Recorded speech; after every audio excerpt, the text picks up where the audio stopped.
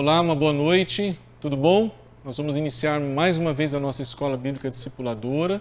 É um prazer estar com você aqui nesse início de noite, estudando a Palavra do nosso Deus.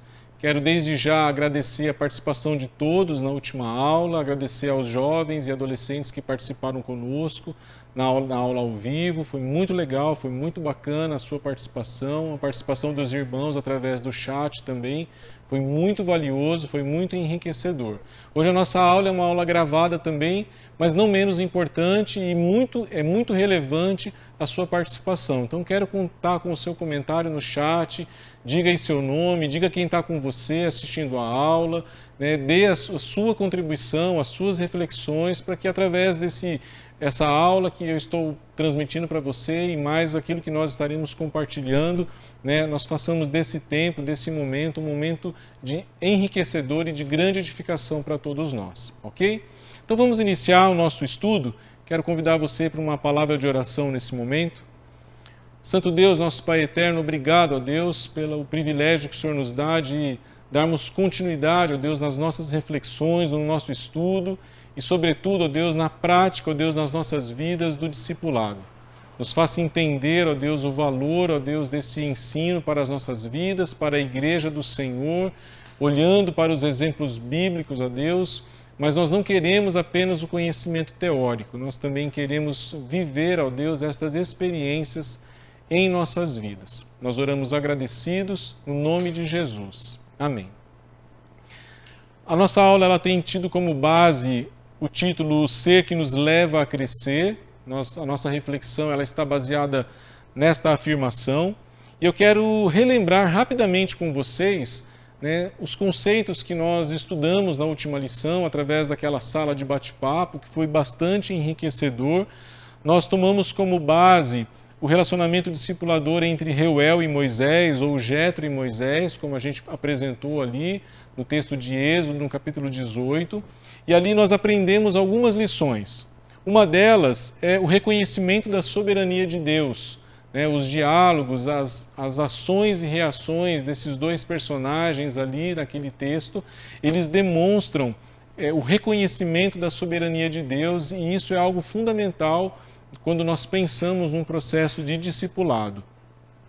Um outro valor destacado ali foi a unidade da família, né? E o quanto ela é fundamental para o sucesso de um ministério, né? Então, seja você discipulador ou discípulo, a ideia é que você seja discipulador e discípulo também.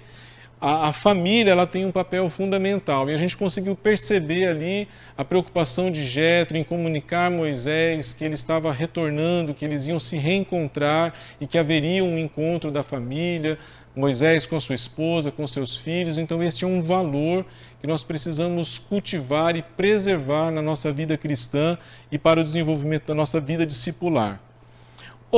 Outros aspectos que a gente citou ali, que foi a alegria, a gratidão e a adoração a Deus, né? Então, o compartilhar das experiências vividas, né? Quando Moisés contava para Jetro todas as maravilhas de Deus, os grandes feitos de Deus, há expressões ali de alegria, de gratidão e de adoração. Então, esses são aspectos também que devem permear a nossa relação discipular, né? Precisamos dialogar, precisamos conversar, compartilhar as experiências, devemos nos alegrar, manifestar a nossa gratidão e a nossa adoração a Deus pelos seus feitos. Depois, durante o nosso diálogo também, nós identificamos alguns ensinamentos de cada um dos personagens, né? Reuel, como discipulador, nos ensinou a importância de confrontar, né? Perguntas de reflexão. Então esse é um papel que você como discipulador precisa exercer, né? Perceber aquilo que está acontecendo na vida do seu discípulo e através de confrontações, de perguntas de reflexão, levá-lo a um olhar maior, um olhar mais amplo da sua vida cotidiana e também da sua vida espiritual. Um outro ponto que é importante a gente destacar na pessoa de Reuel, no exemplo dele, é o ser transparente. Né? Ele faz as perguntas de confrontação, mas ele também apresenta para Moisés qual foi a observação dele diante da realidade em que Moisés estava vivendo. Então ele foi claro, ele foi transparente, não foi ofensivo, mas ele procurou abrir e mostrar um cenário diferente daquilo que Moisés havia lhe respondido. E, por fim, ele exerce o papel de conselheiro. Então, aconselhar, né, é uma função primordial na vida de um discipulador. E aí a gente pode perceber na história que o conselho de Reuel para Moisés, ele tem uma conotação espiritual, relevante e prática.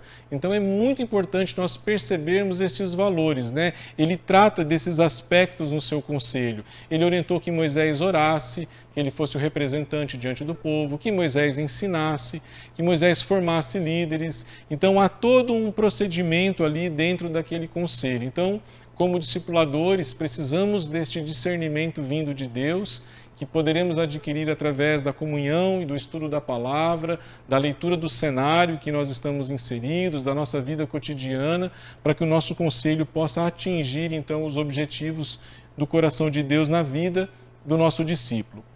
Moisés também nos ensina lições. Ali, a gente olhando para Moisés como um discípulo, né? Apesar de Moisés já ser um grande líder naquele momento da história, já estar vivendo uma experiência muito diferenciada com Deus, ele ali se permitiu ensinar. E nós aprendemos com Moisés a dedicação. Moisés era muito consciente da sua responsabilidade, do seu papel como líder, do seu papel ali, né, cuidando daquelas pessoas, pastoreando a vida daquelas pessoas. Então, Moisés nos dá este exemplo de dedicação, nos dá também o exemplo da humildade, né? Ele estava disposto a compartilhar as suas experiências, não só a contar, mas também a ouvir, né, o que Jetro tinha de notícias para trazer para ele, e foi dali que os momentos de alegria, gratidão e adoração a Deus se manifestaram. E por fim, nós destacamos a característica de ser ensinável. Né? Moisés, ele aceitou o conselho. O texto bíblico é muito claro ao fazer esta afirmação. Moisés aceitou o conselho, então ele aceitou aquela orientação, aquele ensino, ele colocou aquele conselho em prática, e à medida que ele foi colocando em prática, que ele foi distribuindo as suas tarefas, ele pôde com certeza exercer uma melhor liderança e automaticamente proporcionar o crescimento na vida de outros homens que estavam ali no contexto daquela multidão. E na aula de hoje, o que eu quero olhar com você, dando sequência aqui, pensando nesses exemplos do Velho Testamento, existem vários exemplos, e eu quero olhar justamente para o exemplo de Moisés e Josué, tomando por base que Moisés ouviu o conselho de seu sogro, de Jetro, e ele inicia esse processo de formação de novos discípulos. Nós temos então a vida de Josué como uma vida que vai nos demonstrar e nos transparecer mais ensinamentos e valores a respeito do discipulado, fazendo uma conexão com eventos e fatos do Antigo Testamento e percebendo a relação desses fatos com os princípios que nós temos no Novo Testamento. Nós podemos afirmar que o discipulado de Josué estava baseado num relacionamento próximo e crescente com Deus. Então, quem conhece a história, quem já teve o privilégio de ler os primeiros livros da Bíblia, né, a partir de Êxodo, que é quando Josué é inserido na história bíblica, Êxodo, Números, Deuteronômios e o próprio livro de Josué, você vai perceber que esta afirmação de que o relacionamento dele com Deus ele foi sempre próximo ao seu líder, que era Moisés, e foi um relacionamento crescente. Então ele olha para o exemplo e ele passa a copiar, ele passa então a caminhar nos mesmos passos que Moisés caminhou. Eu quero citar aqui pelo menos alguns eventos na vida de Josué e tirar desses eventos lições, né, para o nosso relacionamento discipulador.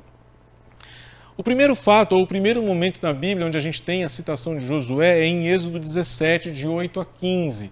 Né, esse texto ele fala sobre a vitória contra os amalequitas. Né, Josué orientado por Moisés para que ele fosse ao campo de batalha e ali liderasse soldados em uma batalha contra este povo, e eles foram vencedores. Aquele texto conta que a posição de Moisés foi a posição de intercessão. Ele fica numa posição mais alta e ali ele intercede. E enquanto ele intercedia e levantava os seus braços com a vara, a nação de Israel prevalecia na batalha. Quando os seus braços baixavam, os amalequitas prevaleciam na batalha. Quando Arão e Hur perceberam esse movimento, eles então apoiaram Moisés ali para manter os seus braços suspensos, erguidos na direção de Deus, e ele então segue ali a sua intercessão. Então aqui, a grande lição para nós, como discipuladores, é que nós precisamos orar pelos nossos discípulos. Se você está caminhando com alguém que é novo na fé, ou até mesmo alguém que já conhece o Evangelho, mas está em um processo de amadurecimento, é fundamental que você tome essa posição de intercessor. Por quê? Porque o seu discípulo, na sua vida cotidiana, ele também enfrentará batalhas, ele estará diante de situações onde ele precisará de sabedoria, força, coragem, discernimento, e você pode ser um apoiador através da sua vida de oração. Então a oração, ela é um princípio fundamental na construção de um relacionamento discipulador.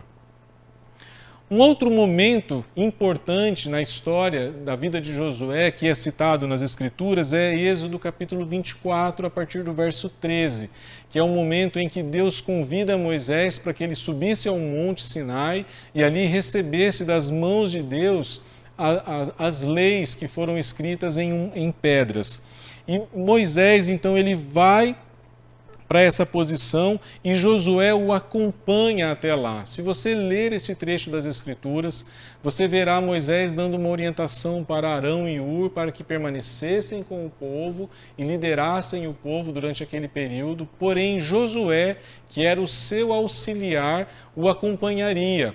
Ele estaria mais próximo de Moisés enquanto Moisés estivesse na presença de Deus. Aqui nós temos um outro princípio importante, que a gente pode fazer a conexão entre experiências do Velho Testamento com o Novo Testamento. Você, como discipulador, precisa convidar o seu discípulo a caminhar com você, a viver experiências com Deus com você. Essas experiências podem ser as orações, a leitura bíblica, o entendimento e a interpretação de textos bíblicos, o compartilhar de experiências no cotidiano, da sua fé, das suas experiências de fé, para que ele possa compreender como você age e reage nas mais diversas situações.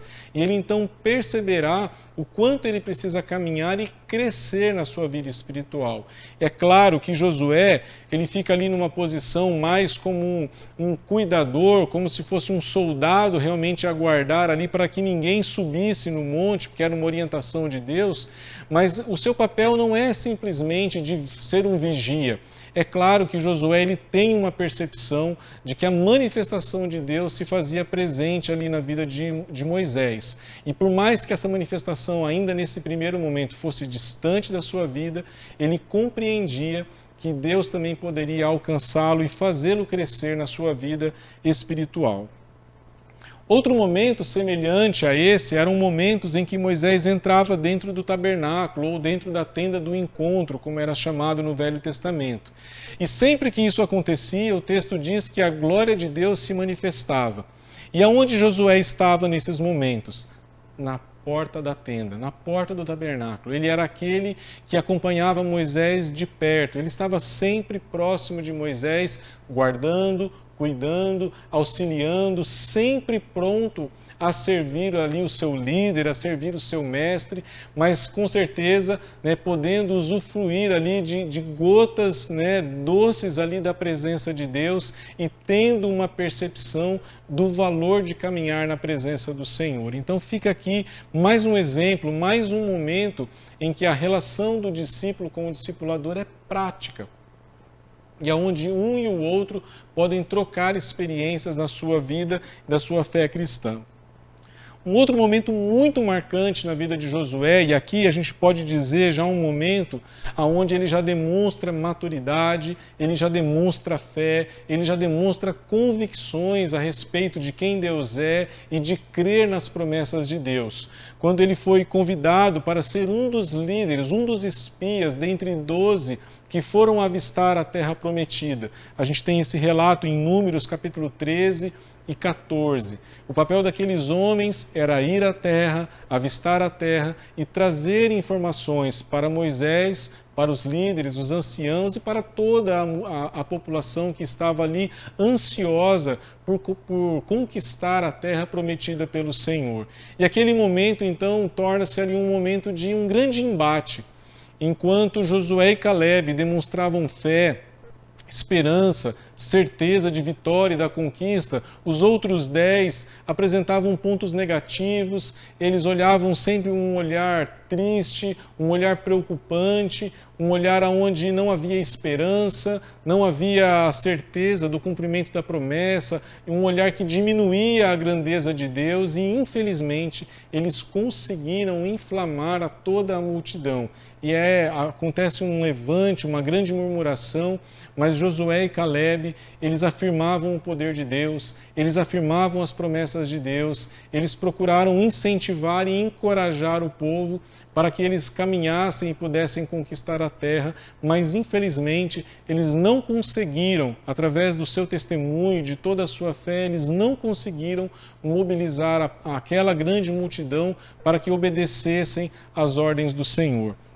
Mas fica evidente que ele recebe a aprovação da fé por crer em Deus. E a evidência dessa aprovação da fé de Josué e de Caleb também é que quando Deus ele estabelece ali o juízo dele em relação a tudo aquilo que estava acontecendo, ele deixa claro que Josué e Caleb, independente do tempo e a época, eles sim entrariam na terra prometida. A prova então de que a fé de Josué ela foi aprovada por Deus é que tanto ele, Josué, quanto Caleb receberam uma palavra de promessa de Deus que eles sim entrariam na terra quando toda aquela geração passasse. E ali nós temos então uma prova de grande paciência. Aqueles homens precisaram esperar cerca de 40 anos para que essa promessa se cumprisse, e nós conhecemos na história que Josué não só entrou na terra prometida, mas ele passou a liderar aquela multidão, ele se tornou literalmente o sucessor de Moisés ao longo da história. Há mais duas citações que são relevantes a respeito da vida de Josué, em Números 27, de 12 a 22, que fala que o Espírito de Deus vivia em Josué, e uma outra citação em Deuteronômio 34, 9, que afirma que ele estava cheio do espírito de sabedoria. O texto de Números 27 é o texto exatamente em que Deus fala para Moisés que Josué seria o seu sucessor. Ele então seria o líder que entraria com a nação, com os israelitas na terra prometida. Para a gente concluir, quais são as grandes lições que eu quero deixar para você e para mim hoje, olhando para mais um exemplo aqui do Velho Testamento dessa relação discipular? Primeiro, quero destacar novamente o valor da intercessão. Você, discipulador, precisa ter um compromisso de oração em prol daquele a quem você está discipulando. Você precisa conhecer quais são as batalhas, quais são as demandas que o seu discípulo está enfrentando e colocar-se nesse papel de intercessor. Outro ponto relevante para você, discipulador, permitir que o seu discípulo acompanhe as suas experiências, que ele veja a sua vida cristã, que você não apenas fale, mas que ele possa perceber que você ore com ele, que você lê as Escrituras, que você compreende os textos bíblicos. Para o discípulo, o grande conselho que eu quero dar é: aproveite esta experiência de caminhar com alguém que é experiente na fé. Josué foi muito sábio. Quando nós lemos e relemos a história bíblica, nós percebemos a sabedoria de Josué. Ele a todo momento estava ao lado de Moisés. É claro que Josué é para nós também um grande exemplo de servo.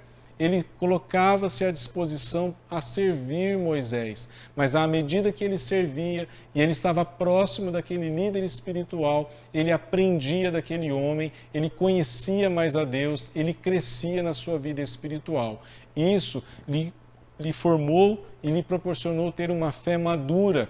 E quando ele então avistou a terra, ele foi capaz de compreender e ter a certeza e a convicção de que Deus lhes daria aquela terra prometida.